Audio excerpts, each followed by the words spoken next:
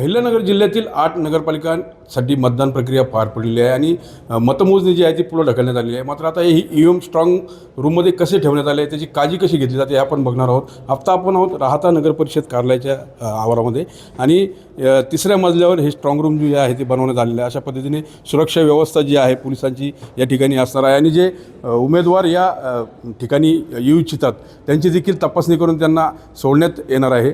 एकीकडे राज्याचे पोलीस आहेत तर दुसरीकडे जे CRPF जवान आहेत ते देखील स्ट्रॉंग रूमच्या परिसरामध्ये तैनात आहेत आणि मोठी कडक सुरक्षा व्यवस्था जी आहे ती या स्ट्रॉंग रूमची जी आहे ती आपल्याला पाहायला मिळते. अनेक जण जे आहेत ते EVMबद्दल शंका उपस्थित करतात, विरोधक असतील किंवा उमेदवार असतील. त्यामुळे त्याची सुरक्षा व्यवस्था जी आहे ती काटेकोर ठेवावी या उद्देशाने प्रशासनाने देखील कठोर अशा उपाययोजना ज्या आहेत ते केल्याचं पाहायला मिळतं आहे. आत्ता आपण ज्या परिसरामध्ये पोहोचलेलो आहे या जाळीच्या मागे स्ट्रॉंग रूम आहे जो आपण बघू शकतो. या ठिकाणी देखील पोलिसांची सुरक्षा व्यवस्था जी आहे ती कडेकोट व्यवस्था जी आहे ती ठेवण्यात आलेली आहे. त्या स्ट्रॉंग रूमला सील करण्यात आलेलं आहे आणि या स्ट्रॉंग रूममध्ये जे EVM आहेत ते ठेवण्यात आलेले आहेत.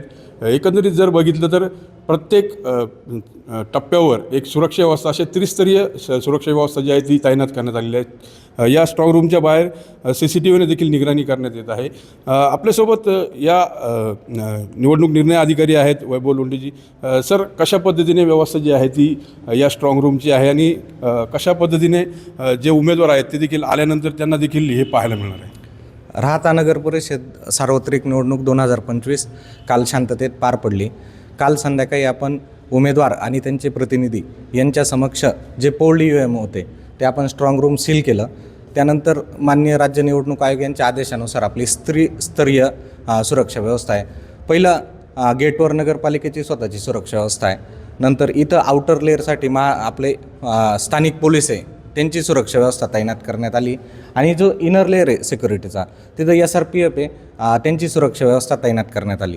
आणि माननीय आयोगाच्या आदेशानुसार आपण जे उमेदवार किंवा त्यांचे प्रतिनिधी त्यांच्यासाठी आपण इथं व्यवस्था केली ते 24 तास हे स्ट्रॉंग रूम आहे याची निगराणी करू शकता. इथून त्यांना ते समोरचं डोर आहे ते दिसू शकतं.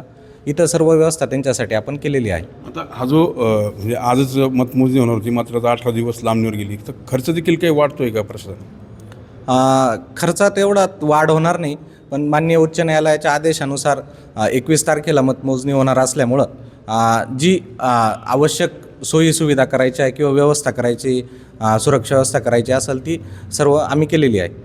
आपण बघितलं तर EVMची जी सुरक्षा व्यवस्था आहे ती स्ट्रॉंग रूममध्ये करण्यात आलेली आहे आणि मोठा पोलीस बंदोबस्त या परिसरामध्ये आहे. खरं तर ज्या शंका उपस्थित होत आहेत त्यासाठी जे उमेदवार येणार आहेत त्यांना देखील EVM कुठं ठेवलेले आहेत, स्ट्रॉंग रूम कुठं आहे आणि कशा पद्धतीने पोलीस तैनात आहेत हे देखील पाहायला मिळणार आहे.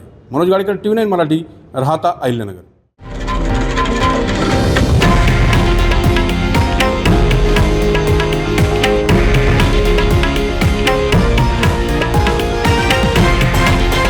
हे आहे देशातील नंबर 1 न्यूज नेटवर्क आणि आपण पाहत आहात TV9 मराठी, एकमेव.